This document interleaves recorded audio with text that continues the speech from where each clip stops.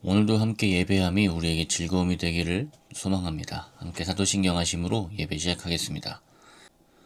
전능하사 천지를 만드신 하나님 아버지를 내가 믿사오며 그 외아들 우리 주 예수 그리스도를 믿사오니 이는 성령으로 잉태하사 동정녀 마리아에게 나시고 본디오 빌라도에게 고난을 받으사 십자가에 못 박혀 죽으시고 장사한 지 사흘 만에 죽은 자 가운데서 다시 살아나시며 하늘에 오르사 전능하신 하나님 우편에 앉아 계시다가 저리로서 산자와 죽은 자를 심판하러 오시리라. 성령을 믿사오며 거룩한 공회와 성도가 서로 교통하는 것과 죄를 사하여 주시는 것과 몸이 다시 사는 것과 영원히 사는 것을 믿사옵나이다. 아멘. 오늘 함께 읽을 말씀은 시편 65편 1에서 5절입니다. 말씀 읽겠습니다. 하나님이여 찬송이 시온에서 주를 기다리오며 사람이 서원을 주께 이행하리이다. 기도를 들으시는 주여 모든 육체가 주께 나아오리이다. 죄악이 나를 이겼사오니 우리의 허물을 주께서 사하시리이다. 주께서 택하시고 가까이 오게 하사 주의 뜰에 살게 하신 사람은 복이 있나이다. 우리가 주의 집 곧 주의 성전의 아름다움으로 만족하리이다. 우리 구원의 하나님이시여 땅의 모든 끝과 먼 바다에 있는 자가 의지할 주께서 의를 따라 엄위하신 일로 우리에게 응답하시리이다. 아멘. 우리는 마틴 루터의 95개조 반박문에 대해서 많은 이야기를 들었지만 그 내용에 대해서는 정확히 알지는 못합니다. 그 내용은 정확히 죄 용서와 관련이 있습니다. 그런데 반박문을 읽다 보면 좀 다르게 느껴지는 것이 있는데요. 1번 이렇게 쓰여 있습니다. 우리의 주님이시며 선생 되신 예수 그리스도께서 회개하라고 말씀하셨을 때 믿는 자들의 생애 전체가 회개하는 인생이 되어야 함을 의도하신 것이다. 3번 한편 회개는 내면적인 뉘우침만을 의미하지 않는다. 회개가 유욕을 죽이는 다양한 외적 행위로 드러나지 않는 한 무용지물이다. 7번 하나님은 겸손치 않은 자의 죄는 결코 용서치 않으신다. 이렇게 쓰여 있습니다. 그러니까 95개조 반박문에서는 크게 보면 두 가지의 특징에 대한 반박이 드러나는 것 같은데, 첫 번째는 죄 용서에 대한 깨달음입니다. 당시에 있었던 죄 용서에 대한 오류도 이야기하지만 동시에 죄 용서가 얼마나 중요하고 우리 인생 전체에서 드러나야 되는 그 현상임을 이야기해주고 있습니다. 두 번째는 교만한 교회 공동체에 대한 깨달음을 루터는 이야기해주고 있습니다. 어떻게 보면 이런 거죠. 교회 공동체는 회개하지 않는데 밑에 사람한테만 회개하라고 하는 거예요. 서민한테만 강조하는 겁니다. 본인들이 정작 썩어서 이런 이야기를 하게 되는 그 배경은 모른 채 밑에만 자꾸 이렇게 잡아서 이끄는 그런 모습을 루터는 보고 한탄하고 95개조 방법문을 쓴 것 같다는 생각이 들지 않을 수 없습니다. 그리고 많은 학자들이 그렇게 이야기하고 있습니다.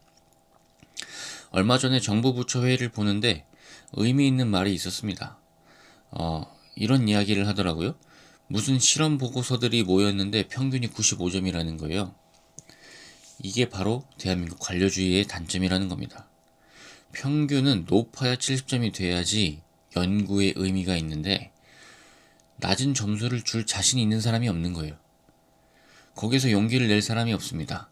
높은 점수를 내서 통과를 해야만 합니다. 그러다 보니까 자신에게 자꾸 높은 점수를 부여하기 위한 방법만 생각하는 거예요.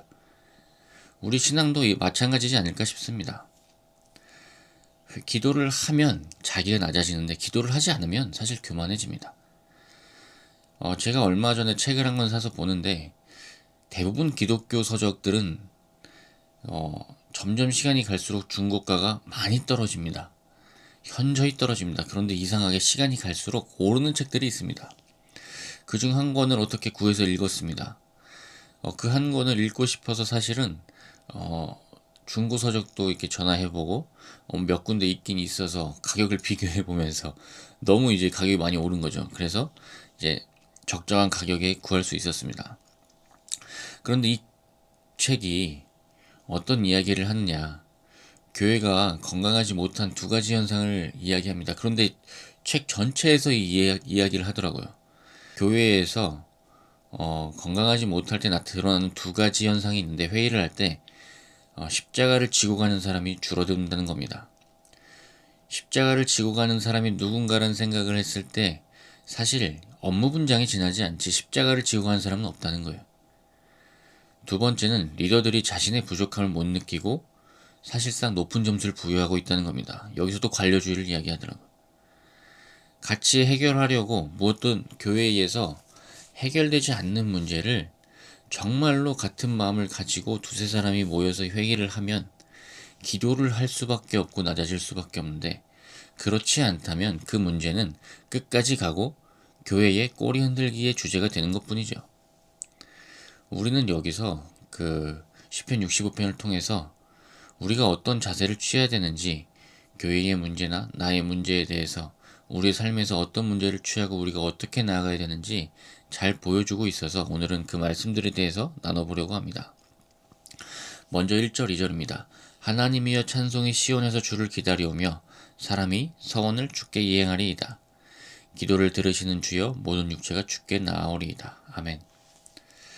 시인은 하나님께 나아가서 하나님과 함께 있을 때 내가 하기로 하는 행동들을 하겠습니다 라는 말을 하면서 기도를 합니다. 근데 여기서 중심은 기도입니다. 기도는 아침에 열쇠요 밤에 자물쇠라는 말이 있습니다. 하루를 열고 닫을 때 하나님께 기도하는 것은 매우 중요합니다.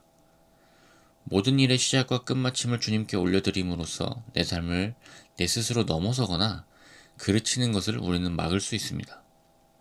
우리가 살다 보면 아침마다 드는 생각은 기도 안 해도 살 수 있을 것 같다는 생각이 듭니다. 그러나 기도하면 하루가 다르다는 것을 우리는 계속해서 경험해 왔습니다. 루터가 말하는 것처럼 하나님이 회개하라고 하셨을 때는 한 번의 회개로 끝난다는 것이 아니고 인생 전체에 나를 돌이키고 돌아보는 작용이 필요하다는 것을 인정하는 것을 말하는 것인 것처럼, 우리도 매일 이렇게 기도하고 예배하고 하나님께 나아와서 우리의 잘못을 드러내고 또 하루를 열고 하루를 닫는데 하나님을 필요로 한다는 그런 인생임을 우리가 인정해야 합니다. 3절입니다. 죄악이 나를 이겼사오니 우리의 허물을 주께서 사하시리이다. 우리가 기도를 함으로써 근데 깨닫는 것이 있다면 첫 번째는 나의 연약함입니다. 나의 부족함입니다. 기도를 하면서 기도를 하는 사람이 나는 괜찮아, 나는 잘하고 있어, 나는 이 정도면 충분해 라는 생각을 하기는 정말 어려운 겁니다. 하나님의 십자가 앞에서 우리가 어떤 고백을 하게 될까요? 주님, 오늘도 이 불쌍한 자를 주 안에서 구원하여 주시고 평안을 허락하여 주시며 그 십자가가 내 삶에 배이게 하여 주옵소서라는 말을 고백을 할 수밖에 없습니다. 신앙도 마찬가지죠. 기도를 하지 않으면 오히려 나에게 좋은 점수를 주게 됩니다. 기도를 하지 않으면 오히려 신앙의 관료주의에 우리는 쌓이게 됩니다. 기도를 하면 우리는 좀 더욱더 진보적이고 좋은 생각, 평등한 생각, 감사한 생각을 하게 되죠. 그리고 교회, 가정에서는 사실 높은 자는 쓸 곳이 없습니다. 높은 자는 말만 합니다. 낮은 자가 행동을 하는 것이 이제 가정과 교회지 않습니까? 우리가 교회와 가정에서는 기도하고 낮은 자 되기를 소망하며 나아가야 됩니다. 그래서 4절입니다. 주께서 택하시고 가까이 오게 하사 주의 뜰에 살게 하신 사람은 복이 있나이다. 우리가 주의 집고 주의 성전의 아름다움으로 만족하리이다. 아멘. 그래서 우리가 기도하며 나아갈 때 우리가 만족하는 것, 우리가 만족을 찾는 것이 달라져야 됩니다.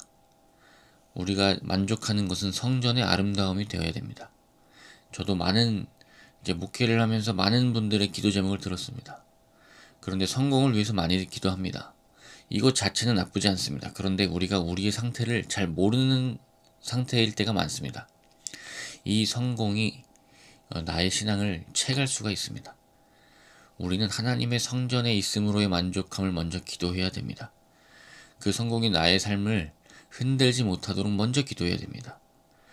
우리가 하나님의 성전의 아름다움으로 만족할 수 있는 그 상태에서 시작할 수 있어야 된다는 것을 우리는 오늘 말씀을 통해서 반드시 깨달아야 됩니다.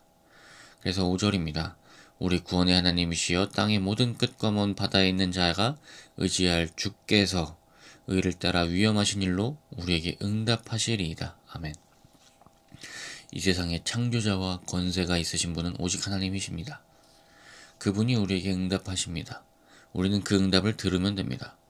교만하지 않게, 겸손하게 우리가 오늘 들어야 되는 말씀을 들어야지 우리가 나아가고 우리가 어떤 약한 사람을 어떤 탓하는 그런 자세로 나아가진 말아야 됩니다. 항상 겸손하게 우리 삶을 회개하며 십자가 앞에서 겸손히 나아갈 수 있는 하루 되기를 주님의 이름으로 축복합니다. 기도하겠습니다. 주님 감사합니다. 하나님, 우리가 겸손하게 원합니다. 우리가 신앙의 관료주의에 휩싸여서 하나님 나는 잘해, 나는 괜찮아, 이것이 사실 교회에 하등 필요가 없고 가정에도 필요가 없음을 우리는 깨닫습니다. 나의 부족함을 통해서 사랑하게 하시고 십자가를 통해서 본받을 모습이 너무 많다는 것을, 우리의 삶에는 여전히 부족함이 많다는 것을 깨닫게 하여 주옵소서. 그리하여서 내 스스로 겸손해지는 것이 아닌 하나님께 기도함으로 겸손하게 해주시고 하나님께 말씀을 올려드리며 나의 삶을 올려드리며 겸손해질 수 있도록 주님 우리의 마음을 붙잡아 주옵소서. 감사합니다. 예수님의 이름으로 기도드립니다. 아멘. 오늘 하루 주님께 기도하심으로 말씀으로 겸손해지는 하루 되기를 축복합니다. 감사합니다.